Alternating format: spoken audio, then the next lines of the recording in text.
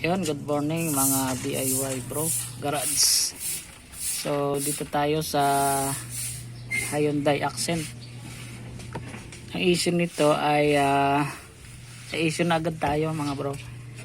Tumitigas ang clutch pag mainit ang makina. So sabi nung may-ari ay nagpalit na sila ng primary. So nakadalawa na yata. At yung secondary ganun din.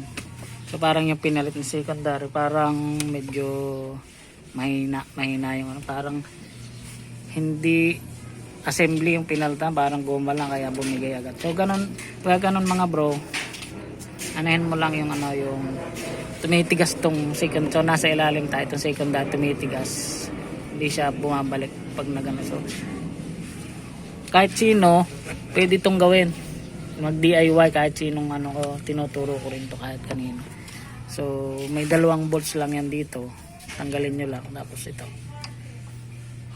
Nung una hindi namin nakabit kasi nakapix na pala to kasi dalawa yung buta. So magbabawas talaga tayo ng kasi yung binili, yung pinabalik ko nung nakaraan, pwede pala to, hindi naman namin naisip na bleeder. Sabi ko kasi dalawa yung bleeder, pero pwede pala nakapix to. Magbabawas lang talaga ng isang nozzle ng tornilyo. So yun na yun. So try natin.